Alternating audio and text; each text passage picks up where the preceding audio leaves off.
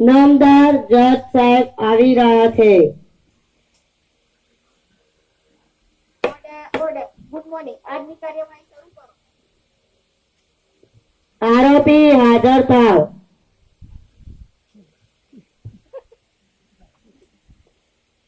જજ સાહેબ, આમના પર આરોપ છે કે આ પોતાના બાળકોને પોષણયુક્ત ખોરાક આપતા નથી. શું કેવું છે તમારે આ બાબતે? તમે કેમ તમારા બાળકને પોષણયુક્ત ખોરાક આપતા નથી? સાહેબ, આમાં અમારો કોઈ વાંક નથી. અમને ખોટી રીતે ફસાવવામાં આવ્યા છે. જજ સાહેબ, આ ખોટું બોલે છે. આજ પોતાના બાળકોને પોષણયુક્ત ખોરાક આપતા નથી. શું આ સાચું છે? જજ સાહેબ, અમારા બાળકો અમારું કહ્યામાં જ નથી. તે અમારું માનતા જ નથી અને જે ખાવાનું કહીએ છીએ તે નથી ખાતા અને બજારના તૈયાર પેકેટ જ ખાય છે. હવે તમે જ કોઈ રસ્તો બતાવો.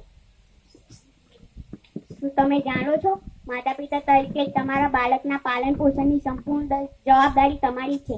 તમારે તેમનું ધ્યાન રાખવાનું છે, તેમને પોષણયુક્ત ખોરાક આપવાનો છે. હા સાહેબ, તમારી વાત સાચી છે, પણ અમારા બાળકો અમારું માનતા જ નથી અને રોજના 10 થી 15 રૂપિયા બજારમાં મળતા પેકેટ પાછળ જ વાપરી નાખે છે. તો હવે અમે શું કરીએ? હા, હવે આ સાચું હોય તો આમના બાળકોને અદાલતમાં હાજર કરો. મિતુલ અને ભાવિન અદાલતમાં હાજર થાવ. બોલો મિતુલ બેટા, તમે શું ખાવ છો? સાહેબ, હું તો ખાલી ખીચડી અને બજારના પડીકા જ ખાઉં છું. બીજું તો હું કઈ ખાતો જ નથી. બેટા, રોજ રોજ ખીચડી અને બજારના પડીકા એકલા થોડી ના જ ખવાય. બોલો ભાવિન બેટા, તમે શું ખાવ છો? સાહેબ, હું તો રોટલી અને બટાકાનું શાક એકલું જ ખાઉં છું. બીજું તો કાંઈ મને ભાવતું જ નથી.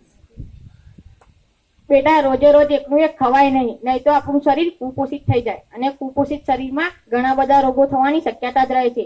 માટે આપણે રોજબરોજના આહારમાં લીલા શાકભાજી, દૂધ અને ફળોનો જ ઉપયોગ કરવો જોઈએ. એટલા માટે તો સરકાર પણ દરેક શાળામાં કિચન ગાર્ડન બનાવવાનું કહે છે અને એ કિચન ગાર્ડનના લીલા અને તાજા શાકભાજી શાળાના મધ્યાહન ભોજનમાં બાળકોને પીરસવામાં આવે છે, જેથી બાળકો સ્વસ્થ, સારા અને તંદુરસ્ત રહે.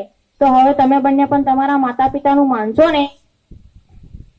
હા સાહેબ. હવે તમે બધા પણ પોષણયુક્ત ખોરાક ખાશો ને?